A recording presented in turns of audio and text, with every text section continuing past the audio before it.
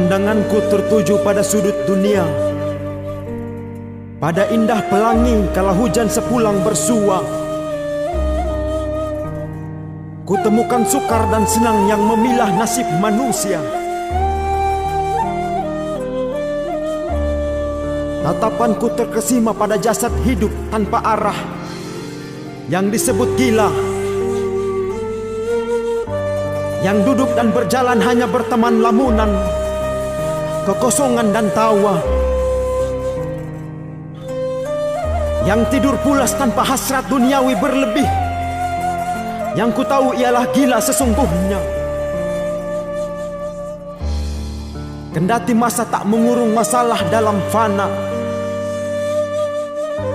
pada hakikat hidup dunia yang istiqamah pada fata morgana.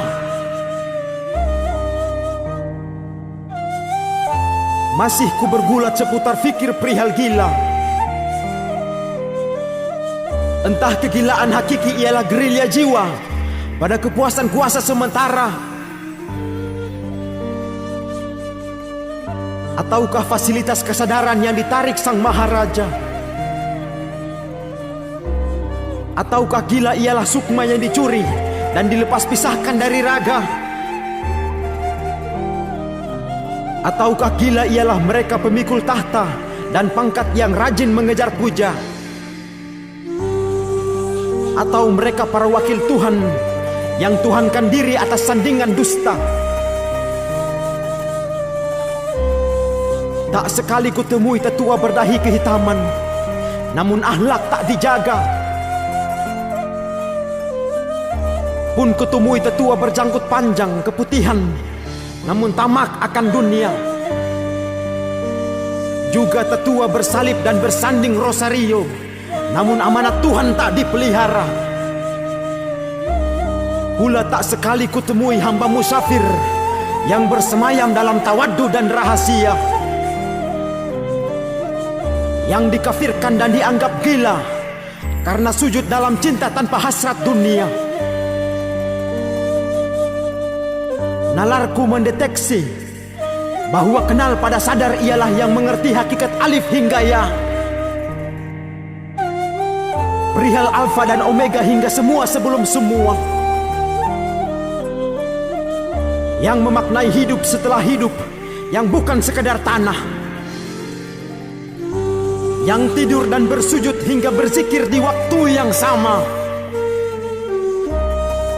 yang memaknai akhir bukan sebatas awal masa. Dia yang pahami kemegahan dunia sebatas penjara, dan yang mengerti hakikat ada sebelum ada ditakdirkan hadir sebagai ada. Kudengar mereka yang cerdas berkata seraya menghujat, kalau ulama kenapa tak tenar media? Kalau ulama kenapa tak bergelar dan tak berharta? Kalau ahli kitab kenapa dijauhi dunia?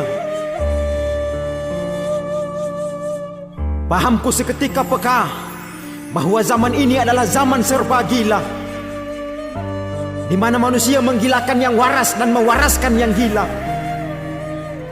negasikan yang gaib sebagai ciptaan dan menjunjung setan berfisik sebagai raja di atas raja,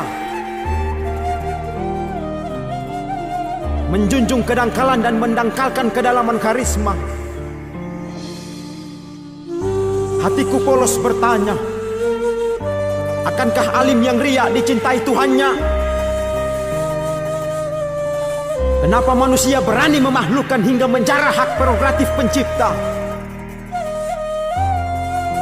Sukmaku nasihati raga, saudaraku,